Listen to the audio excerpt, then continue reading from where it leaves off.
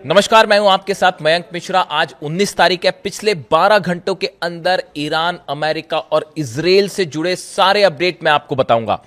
देखिए, इस वक्त जो सबसे अहम खबर आ रही है, जो एमओयू साइन हुआ था ईरान और अमेरिका के बीच, उसके चंद घंटों के अंदर इस एमओयू की शर्तों की धज्जियां उड़ गई हैं और नेतन्याहू ने एक बार फिर लेबनान के कई इलाकों पर हमले शुरू कर दिए।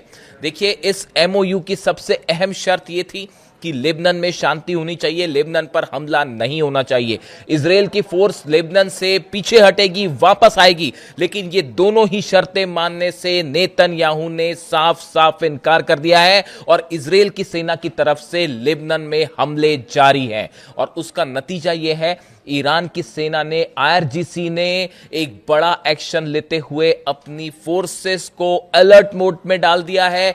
जितनी मिसाइल्स हैं उसको अलर्ट मोड पर रख दिया गया है। और जो खबरें आ रही हैं ईरान से कि अगर इसी तरह से नेतन्याहू के हमले जारी रहे लेबनान में, तो ईरान प्रीएम्प्टिव स्ट्राइक करेगा, इजराइल पर हमले करेगा। देखिए, ये हालात पहले भी थे। लेबनान पर 3 दिन पहले जब हमले हुए थे, उस समय ईरान ने हमले की तैयारी कर दी थी, बल्कि अनाउंसमेंट भी कर दिया था कि आज रात हमला किया जाएगा इजराइल के ऊपर। लेकिन डोनाल्ड ट्रंप के इंटरफेरेंस के बाद वो उसे रोका गया था, क्योंकि एमओयू साइन होना था, इस तरह की बातें थी। एमओयू के बाद जैसे ही साइन हुई, अब्बास अराक्ची साहब विदेश मंत्री ईरान के, उन्होंने साफ इस बात को कह दिया था कि अगर लेबनान पर हमले जारी रहे तो ईरान करारा बदला लेगा। अब ईरान की सेना की तरफ से ये खबरें आनी शुरू हो गई है। अहमद वाहिदी साहब, आईआरजीसी चीफ जो हैं, उनके सोर्सेज से ये खबरें आ रही हैं कि अगर नेतन्याहू नहीं रुका, अगर ट्रंप नेतन्याहू को नहीं रोक सकता, तो ईरान रोकेगा। ईरान की मिसाइल्स रुकेगी, खैबर और खुर्रम शहर रुकेंगे। इजराइल के जितने स्ट्रैटेजिक लोकेशंस हैं, ठिकाने हैं, वो सब ईरान की मिसाइल्स के निशाने पे हैं। और ईरान का कहना ऐसा है कि इस बार जो है पिछली बार से बड़ा अटैक किया जाएगा। जो खबरें हैं उसके मुताबिक जब नेतन्याहू को इस एमओयू की शर्तें बताई गई, उन्होंने इन शर्तों को मानने से साफ इनकार कर दिया है। देखिए, इजराइल की सेना, मोसाद और सरकार के जितने मिनिस्टर्स हैं, इनके बीच में एक बड़ी बैठक हुई है, जिसमें यह रणनीति तैयार कर ली गई है कि अब इजराइल को आगे क्या करना है। लेबनान के हमले को लेकर इजराइल की सेना की तरफ से यह साफ कर दिया गया है कि यह हमले जारी रहेंगे।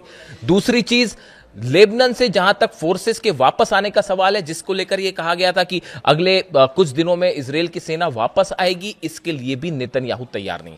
इजराइल की सीरिया की जिस जमीन पर कब्जा कर रखा है इजराइल ने, वहां से भी वो पीछे आने को तैयार नहीं है।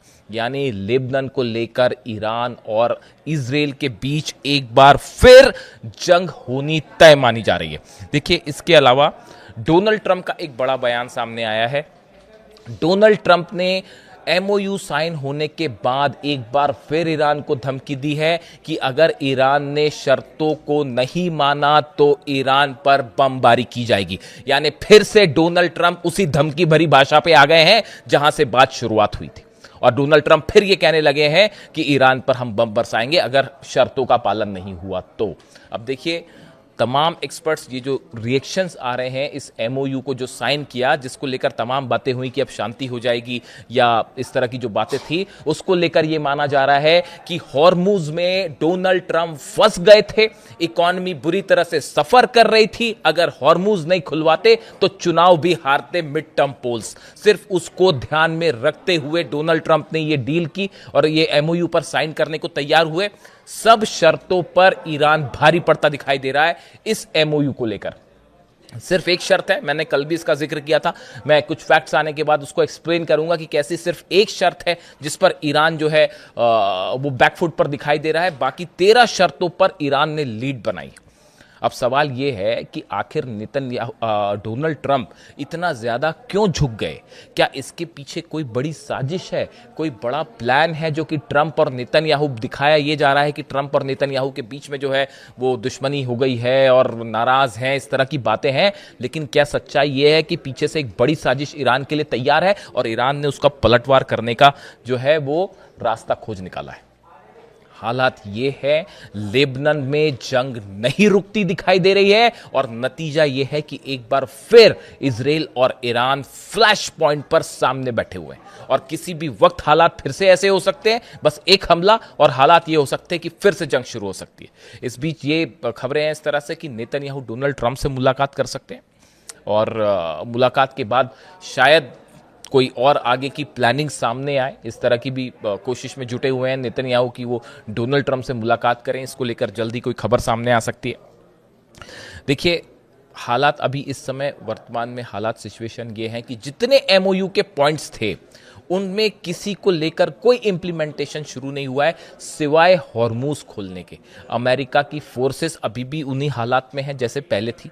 वो अगले कुछ दिनों बाद वहां से पीछे हटेंगी जैसा बताया जा रहा है। कुछ जहाजों को जरूर ईरान निकाल पाया है वहां से, ब्लॉकेट के बावजूद वो जरूरी था निकालना, तो वो जरूरी था निकालना, वो शुरू हो चुका है। लेकिन अभी ना तो हॉर्मूज पूरी तरह से खुला है, ना अमेरिका की सेना पीछे हटी है। और जिस तरह की बयानबाजी हो रही है, जेडी वेंस का जो बयान आया है अमेरिका के उपराष्ट्रपति का, वो ये कह रहे हैं कि हमने सत्ता परिवर्तन को लेकर वो इस तरह के बयान दे रहे थे कि लोगों की को खून बहाने वाले और लोगों की हत्या करने वाले लीडर्स जो हैं अब वो खत्म हो गए।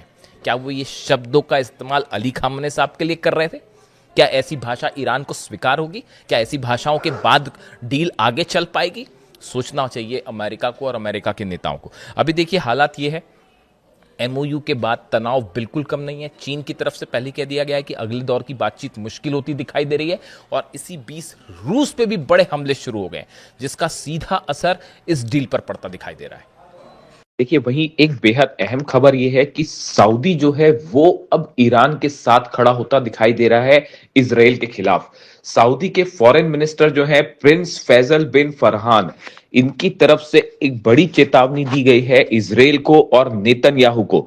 उन्होंने कहा है नेतन्याहू को अपने हमले रोकने चाहिए वरना इजराइल का अंजाम बहुत बुरा होगा। जिस तरह से लेबनान में, वेस्ट बैंक में, सीरिया में, गाजा में इजराइल की तरफ से हमले जारी हैं, उसको लेकर सऊदी की तरफ से सीधी सीधी चेतावनी दे दी गई और यह कहा गया कि अगर इस तरह के हमले जारी रहते हैं तो ये पूरे रीजन की सुरक्षा के लिए बेहद बड़ा खतरा होगा और अगर इजराइल नहीं रुकता है, नेतन्याहू नहीं रुकते हैं, तो ये इजराइल की सुरक्षा के लिए भी बहुत बड़ा खतरा होगा। अब देखिए सऊदी ने ऐसी बात क्यों कही, इसकी बड़ी वजह बताई जा रही है। ईरान ने जितने खाड़ी देश हैं सबको ये बात साफ कर दी है कि अगर इजराइल की तरफ से लेबनान पर खास तौर से हमले जारी रहते हैं तो इसका नतीजा यह होगा कि जो एमओयू साइन हुआ है उसे तोड़ दिया जाएगा और ईरान की तरफ से बड़ा मिसाइल प्रीएम्प्टिव अटैक किया जाएगा इजराइल के ऊपर।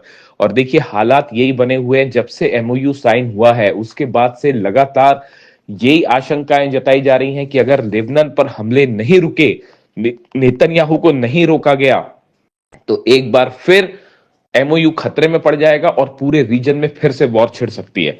इसीलिए शायद जेडी वेंस लगातार ये दबाव बनाने की कोशिश कर रहे हैं नेतन्याहू के ऊपर कि किसी तरह से ये जंग रुक जाए। कल भी जेडी वेंस के बयान सामने आए कि इजराइल जो है वो सिर्फ अमेरिका की हथियारों के दम पर ही जो है आज सुरक्षित है, इस तरह के बयान जेडी वेंस की तरफ से आए। लेकिन उसके बावजूद बेहद मुश्किल है नेतन्याहू को रोकना और जिस तरह की खबरें हैं उसके मुताबिक नेतन्याहू ने एक बड़ा ऑपरेशन का प्लान शुरू कर दिया है कि कैसे ईरान के खिलाफ एक बड़ा ऑपरेशन छेड़ा जाए। इसके लिए बैठकों का दौर जारी है इजराइल में। साथ ही देखिए खबरें ये भी हैं कि इजराइल ने अपनी सेना को तैयार रखा है, एयरफोर्स तैयार है और ये कहा जा रहा है कि बस नेतन्याहू जैसी जब भी ऑर्डर करते हैं इजराइल हमला करने के लिए तैयार है। लेकिन जो अभी हालात हैं उसके मुताबिक डोनाल्ड ट्रंप की पहली प्रायोरिटी है किसी तरह से हॉर्मूज पूरी तरह से खुले, तेल जो है तेल सप्लाई सुनिश्चित हो ताकि अर्थव्यवस्था नियंत्रण में आए, ताकि आने वाले चुनाव में डोनाल्ड ट्रंप को नुकसान ना हो, मिड टर्म पोल्स में डोनाल्ड ट्रंप को नुकसान ना हो, इस बात पर पूरा फोकस है डोनाल्ड ट्रंप का। यही वजह बताई जा रही है कि ये एमओयू साइन किया गया है। लेकिन एमओयू के जो दूसरे दौर की बातचीत होगी उसको लेकर एक बार फिर ईरान के संसद के स्पीकर गलीबाफ साहब की तरफ से बयान आया है कि अगर आने वाले दौर में अमेरिका की तरफ से फिर पहले की तरह मुश्किल और जरूरत से ज्यादा डिमांड्स रखी गई तो ये एमओयू खतरे में पड़ जाएगा। यानी ईरान इस बात को जानता है कि अमेरिका बातचीत के दौरान एक बार फिर अपनी बात से पलट सकता है और यूरेनियम को लेकर, न्यूक्लियर प्रोग्राम को लेकर ऐसी शर्तें सामने रख सकता है, ऐसी मांग सामने रख सकता है जो एमओयू का हिस्सा नहीं है। देखिए, एमओयू में बहुत सारी चीजें ऐसी हैं जो साफ नहीं है, क्लियर नहीं है। इसीलिए कहा जा रहा है कि अमेरिका की तरफ से अगर जरूरत से ज्यादा मांगे रखी जाती हैं तो ईरान उनका पालन नहीं करेगा और एमओयू तोड़ दिया जाएगा और फिर जंग ही आखिरी रास्ता होगा। यानी हालात ऐसे हैं, एक तरफ नेतन्याहू रुकने को तैयार नहीं है, दूसरी तरफ ईरान की खैबर मिसाइल्स तैयार है। ईरान की सेना कह रही है कि अब नेतन्याहू का इलाज, इजराइल का इलाज खैबर मिसाइलों से किया जाएगा। इन हालात में एमओयू कितने दिन तक टिका रहेगा, इसको लेकर सबके मन में बड़ी आशंकाएं हैं।